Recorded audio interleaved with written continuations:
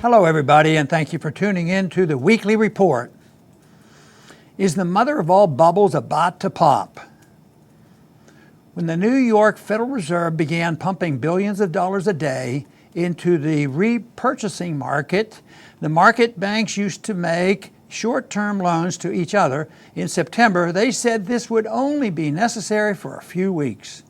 Yet, last Wednesday, almost 2 months after the Fed's initial intervention, the New York Federal Reserve pumped $62.5 billion into the repo market.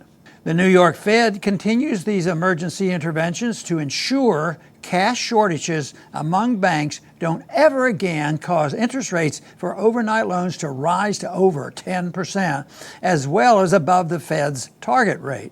The Federal Reserve's bailout operations have increased its balance sheet by over $200 billion since September. Investment advisor Michael Pinto describes the Fed's recent actions as quantitative easing on steroids. One cause of the repo market's sudden cash shortage was the large amount of debt instruments issued by the Treasury Department in late summer and early fall. Banks used resources they would normally devote to private sector lending and overnight loans to purchase these Treasury securities. This scenario will likely keep recurring as the Treasury Department will have to continue issuing new debt instruments to finance continuing increases in government spending.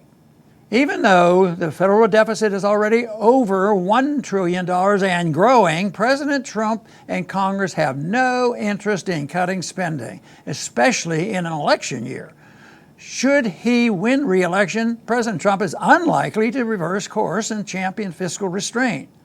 Instead, he will likely take his victory as a sign that the people support big federal budgets and deficits, and none of the leading Democratic candidates are even pretending to care about the deficit.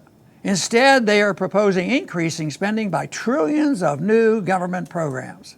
Joseph Zittel, a strategist with the Blackstone investment firm, has called the government or sovereign debt bubble the mother of all bubbles. When the sovereign debt bubble inevitably bursts, it will cause a meltdown bigger than the 2008 crash. U.S. consumer debt, which includes credit cards, student loans, auto loans, and mortgages, now totals over $14 trillion. This massive government and private debts put tremendous pressure on the Federal Reserve to keep interest rates low or even to experiment with negative rates.